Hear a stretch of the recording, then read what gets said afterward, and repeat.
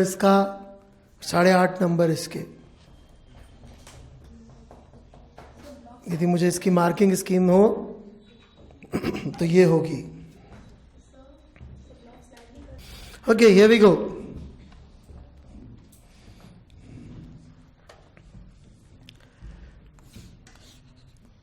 Free वाले जल्दी कर देता हूं मैं। नॉर्मल की वैल्यू किसी भी समय पे कितनी होगी? हमेशा या कभी कभी? इस सिचुएशन में तो हमेशा ही है, क्योंकि और कोई फोर्स है नहीं, right? Normal is equal to, तो ये mg cos थीटा का ग्राफ बन जाएगा। कोई कंफ्यूजन? पक्का? ये मोस्टली सबने सही बना भी लिया था। ओके, अब बात करते हैं एफ लिमिटिंग की। What is value of F limiting? Mu N होता है, right? Which would mean mu mg cos theta. कभी कभी या हमेशा?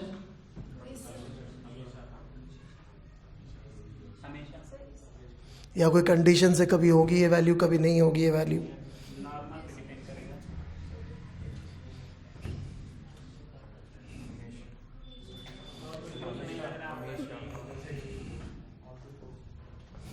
हाँ, यही है जो भी है चित्र, ऐसा हुआ है उसको। आगे बढ़ू मैं। अरे एफ लिमिटिंग की बात कर रहे थे हम कि mg को म्यू mg cos थीटा कभी होगा, कभी नहीं होगा, या हमेशा होगा? क्यों होगा हमेशा? नॉर्मल के लिए mg cos theta, limiting friction is defined as mu N, ये उसकी डेफिनेशन ही है, उसमें हम कुछ भी करने को नहीं है हमारे पास, राइट? So that's it. ये थीटा, ये F limiting, and we are done. Same to same, बस शुरुआत जो होगी वो म्यू mg से होगी, राइट? थीटा जब 0 होगा। ओके, अब प्रॉब्लम शुरू होती है फ्रिक्शन की।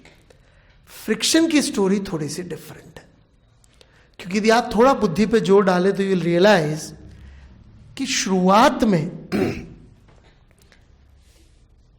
जो लिमिटिंग वैल्यू ऑफ फ्रिक्शन है वो बड़ा होगा। और एक और फोर्स का ग्राफ बनाता हूं मैं, जो पूछा तो नहीं गया है, आपने जबरदस्ती बना दिया, mg sin थीटा का graph. mg sin theta is the force that is pulling the block down. शुरुआत में पुलिंग फोर्स कम है और रोकने वाला फोर्स ज्यादा है। समझ में आ रही मेरी बात? तो फ्रिक्शन कितना लगेगा? जो मैक्सिमम है वो, या जितनी जरूरत है वो? जितनी जरूरत है वो। मैं फिर से बोलूं या समझ में आ रही है बात? पक्का? जरूरत फ्रिक्शन की कितनी है? इतनी है रोक के रखने के लिए।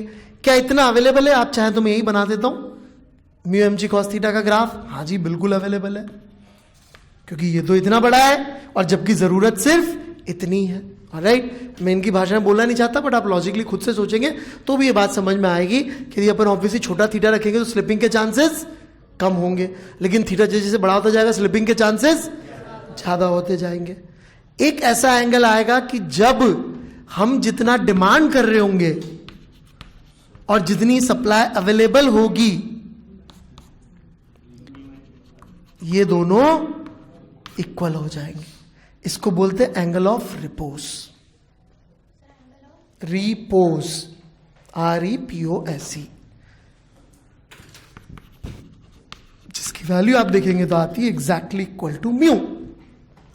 In fact this is how you measure coefficient of friction. जैसे मान लीजिए आपको कोफिशिएंट ऑफ फ्रिक्शन नापना है दो सरफेसेस के बीच में। Can I have an eraser please? वाला दीजिए, ये पुराना है, स्लिप ज्यादा करेगा। ये तो इरेजर है ही नहीं, सॉरी।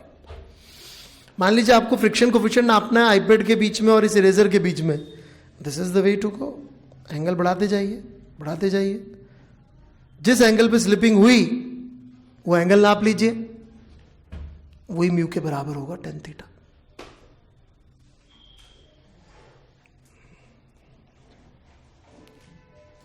घूम गया, सॉरी है क्या? ओ ये राइट। अरे यार, आया समझ में एंगल ऑफ रिपोज कि नहीं आया? हाँ, लेकिन इसके बाद स्टोरी चेंज हो जाएगी। क्यों? क्योंकि फ्रिक्शन की डिमांड तो इतनी है लेकिन अवेलेबिलिटी कम है, तो फ्रिक्शन कितना लगेगा? जितनी हम डिमांड कर रहे हैं उतनी, या जितना मैक्सिमम अवेलेबल है? जितना मैक्सिमम अवेलेबल है। हेंस फ्रिक्शन का ग्राफ बड़ा अजीब सा बनेगा, और ये मैं बना दे रहा हूं यहां पे अजीब सा, theta friction, angle of repose तक ये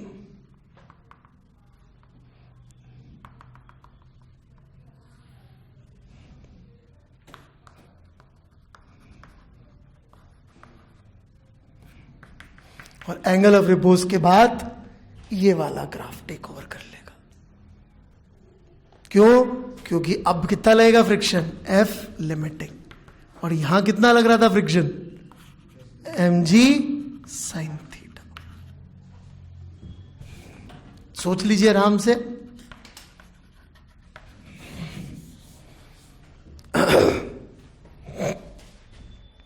और ये डॉट डॉट जरूर बनाइएगा ताकि समझ में आए कौन से ग्राफ से आ रहा है। एंगल ऑफ रिपोज पे फ्रिक्शन का नेचर चेंज हो जाएगा क्योंकि अब स्लिपिंग शुरू हो जाएगी, तो फ्रिक्शन जितनी जरूरत है उतना अवेलेबल नहीं है, ऑब्वियसली अवेलेबल नहीं। जैसे जैसे एंगल बढ़ेगा वैसे वैसे फ्रिक्शन की अवेलेबिलिटी कम होती जाएगी, क्योंकि नॉर्मल की वैल्यू कम हो रही है तो जो फ्रिक्शन अवेलेबल है वो कम होता जाएगा।